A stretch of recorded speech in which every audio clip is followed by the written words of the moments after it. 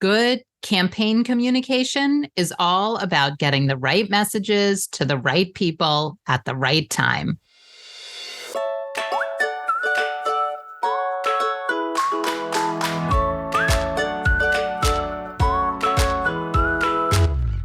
Welcome to All About Capital Campaigns, a podcast that provides fuel for your nonprofit's growth. Each week, Andrea Kihlstedt and Amy Eisenstein, co-founders of Capital Campaign Pro, provide practical tips about raising more money for your nonprofit organization. Here are your hosts, Amy and Andrea.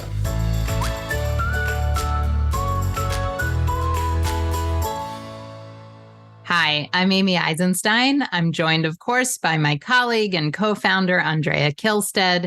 And today we are going to be talking about campaign communications, how to do it well, and what it looks like. Andrea, get us started. Thank you, Amy. What a pleasure to be here today to talk about this so important topic. You probably think, when you think of campaign communications, you probably think about the case for support. That's what everybody thinks about. It's like, we have a capital campaign, we need a case for support. But that's just one little corner of your campaign communications plan. And quite early in your campaign, in fact, as a part of your larger campaign plan, you need a plan for campaign communications. And we like to think about that as broken down into three segments. The first is the early part of your campaign, all of the pre-campaign planning that goes through the feasibility study. Then that middle part of your campaign, that's what we call the quiet phase of the campaign. And yes, you do need a communications plan for that part of your campaign. And then the final part of your campaign, or the public part of your campaign. All three of those sections, first, second, and third part, need different communication strategies. Let us talk to you about the first part of that, this pre-campaign planning communication strategy. Yeah, so before you get into each of the different sections of a campaign, for each section, we're going to think through the audiences, the messages, and the medium, right? So how are we going to communicate? Who are we going to communicate to? And what information do they need? What is the information? So early in the campaign, in the middle of the campaign, at the end of the campaign, we've got different audiences, we've got different messages, and we've got different medium for how we're going to get them those messages. Okay, take us through it. Great. Now, as you might imagine, the first part of your campaign is really very narrow, right? You're talking to people who are on the inside. Your audiences are your board members, your executive director, your key donors, right? The people, some of your staff members, right? You're talking to people who are really in the know about your project and your organization. And you're talking to them about the plans that you've developed that are going to be the basis for your campaign. Now, how are you talking to them? Well, clearly you're not using billboards to talk to them at this stage of the campaign. You're not using brochures either. Nor brochures. You're using simple draft documents, and you're asking them to read draft documents to give you feedback. Maybe you are having meetings and discussing with them what the preliminary plans are for your campaign. That's part of your early campaign communications as well. So if you think about this first part of your campaign, the audience are the people who are closest to you. The message is sharing the information about the project that you are planning, and then the early planning for a campaign that is going to fund that project. And the medium or media are these very tightly controlled drafts of information, Word documents, even meetings where you're discussing those plans with people. Right. You may do an email blast to a very small group of people so that they know what it is you're doing. But everything you're thinking of is to a small, important group of people, because when they grab onto what you're doing, when they fully understand it, when they agree with it, then you're going to be ready to move on to the next section of your campaign. Right. So early on, it's really one-on-one and very small groups. You said email blast, but I don't think you meant it. Emails, yes. small email groups, very small blast, 10, 5 people, 3 people. Is that an email blast? Really small executive committees, those type of very small groups and one-on-one. But I think that's super important. This is not the time for public communications or mass communications. This is really early on the insiders group, the elite, donors, your board members, the closest people to your organization early on in the campaign. All right. And you'll tailor those messages. Those messages are going to be highly specific and highly tailored for each person that you're talking to and each little subcommittee. Great. Let's talk about the quiet phase. So the next phase of the campaign where you're going a little bit broader, but it probably looks fairly similar to those early days of the campaign in this quiet phase too. What sticks out for you? Yeah, what sticks out for me is this, that during the quiet phase, you are expanding a little. You're expanding beyond the immediate family of your organization to the people who are the largest potential donors. Remember, in the quiet phase, you're soliciting the people who are closest to you, your organizational family, and the people who have the largest capacity to give. So that's going to be your audience when you think about a communications plan. You're going to be involving them by sending, again, it will be a draft of a case for support, maybe a donor discussion guide, something that is an infographic that you will have just for individual donors. Again, it's going to be very tightly held and tightly controlled, but it's not going to be the same sort of draft that you used in the beginning when you really were developing your plan. By the time you're actually asking these people for money, your case will be more fully developed. Your solicitation materials will be more fully developed. You will have perhaps a slide deck. Maybe you're going to have what we call a donor discussion guide, an infographic to use when you're talking to donors, right? Maybe you'll have the next level up of your case for support. And these things are going to be, again, targeted directly to individual donors. So while it's still held tightly, it's a little broader. The materials are a little more polished and finished. And in fact, while you will certainly be talking about the project that you're going to be funding, you will be spending more time talking about the campaign itself. How much money are you going to be raising? Where is that money going to come from? How are you going to raise that money? So the focus has shifted a little from the project, which is what you talked about in the early phase, to this middle section when you're talking about the campaign from a very high capacity level. Right. You may have a folder of materials that you include, an overview budget. You're going to include some materials, donor recognition, opportunities, other things when you're soliciting in this phase, a list of board members, other things. But it probably still will all be Word documents. You're not going to have a fancy brochure yet. This isn't for mass prime time, right? And so you're still doing things that are really one-on-one. So you're custom printing out a proposal or this updated, iterated plan for each donor that you're talking to. The other thing that you're talking about in the middle portion of your campaign is you're letting people know who is involved. By the middle portion of your campaign, you actually have committees. You have volunteers who have signed on to your campaign. You have a campaign chair or co-chairs. You have a campaign cabinet or a steering committee.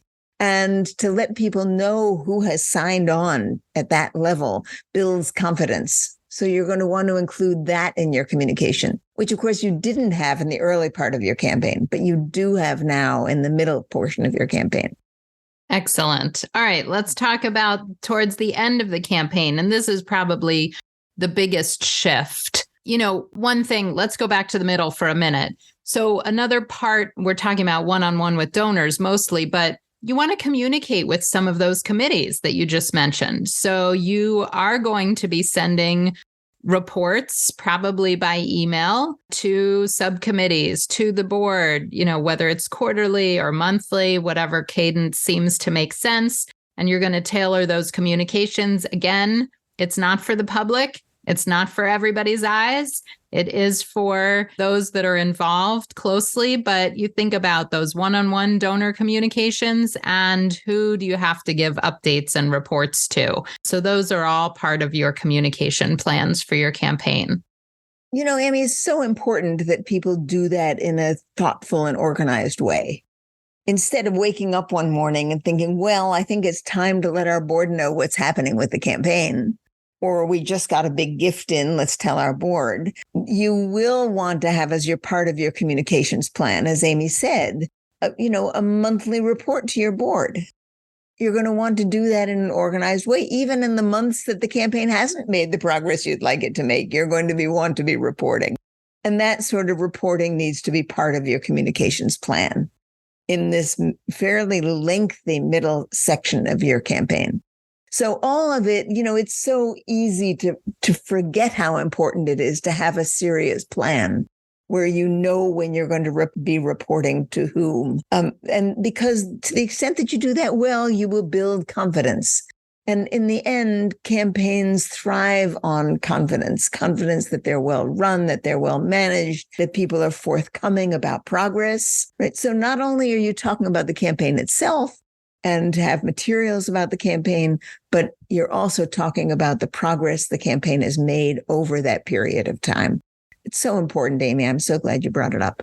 Yeah, I just want to note that for all of our clients at Capital Campaign Pro, we give them access to our online toolkit of materials that have templates and samples for all the communication plan for each piece of the communication. They get access. They work with their consultant or campaign advisor through the materials in the toolkit to develop this communication plan, each of the tools, each of the outreaches. So it's something that we, of course, provide for our clients in an organized and systematic way so that they can do this in an effective manner.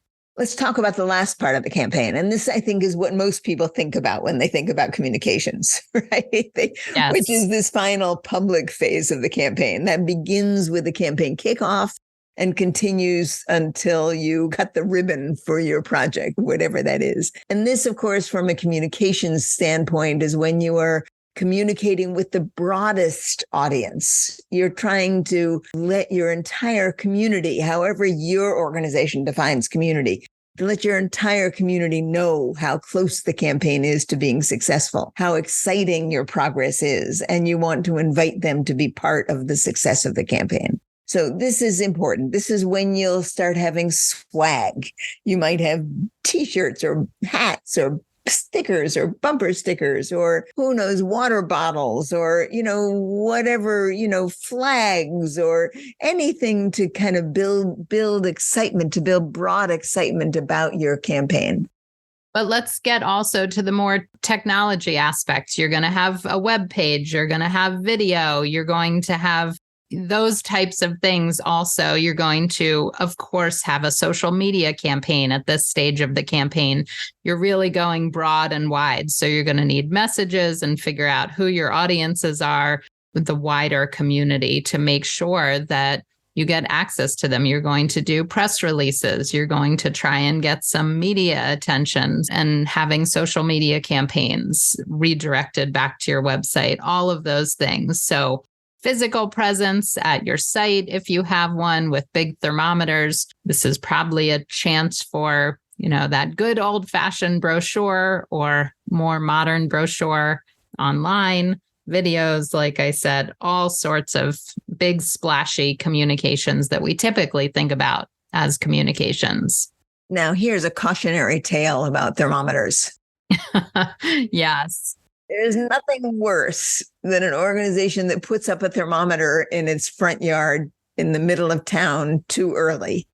And it doesn't go anywhere. Because it sits there, right? And the paint starts to fade and, and it doesn't change. That's just deadly. So if you're going to use some kind of a visible thermometer, public thermometer, you have to wait until close to the end of your campaign. And when you put it up, you have to be strategic about what you're announcing on your thermometer so that you will have regular updates to its progress. Yes. I love that. It's strategic. I mean, there's nothing worse than seeing an empty thermometer. And they go around social media too, right? It's all these crowdsourcing campaigns that send out and there's no gifts and nobody wants to make the first gift, or there's 3 gifts. It's so sad looking. There's no momentum. So, thermometers are about momentum and energy and excitement. So you're right. The more publicly you can update them and change them. I mean, plan to have them up for 3 months, but every month it better make a big leap. Yeah. Well, and you can even talk to donors and say, thank you so much for indicating you're going to make a gift of such and such. I wonder if you can make it, 30 days from now so we can have a bump in our revenue. You can work with donors for that also. But yes, momentum is everything. And boy, when the momentum stops, it's challenging. So be careful in this public part of your campaign that you manage momentum from the beginning of it to the end. But yes, to go back to our initial idea, you are having to think through who is the audience or who are the audiences, what are the messages, and what are the ways in which you're going to reach those audiences. And as you go through your campaign, the messages are going to change, the audiences are going to broaden, right? And the way in which you reach those audiences is going to shift. So that's the way to think about campaign planning. Yeah, I think the one thing that we haven't really talked about is weaving it into your existing and ongoing communications. And that, of course, will be part of your plan as well. You will think strategically about how and when to include it in your regular newsletters, your annual reports, your emails, whatever you're currently doing to communicate with your community and your donors. You will decide how and when and where and what messages you're going to include throughout the campaign. So, of course, that's part of your campaign plan, communications plan as well. Amy, when I was a young fundraiser in this business, for some reason, this idea that we could create a campaign communications plan, taking into account those 3 things, right? Audiences, messages, media, early on in the campaign, and actually be planful about them. So we knew what we were doing as we went into the various phases of the campaign was such an aha for me. It was like, oh, this isn't just going and asking people for money. It's a much more strategic and planful process than that. So I'm happy to share this idea with people who are doing campaigns, perhaps for the first time. Maybe it'll give you an aha also. Right. We do have a wonderful 1-page grid inside our Capital Campaign Pro toolkit that specifically shows audiences, medium. What's the third thing? I just forgot. Messages, and how and when to think about that. So it is something that's thoughtful and strategic, and you should be planning for. Great. I think this was a great topic. I hope you, our listeners, got some tidbits and some ideas. And we thank you for joining us, and we'll see you next time.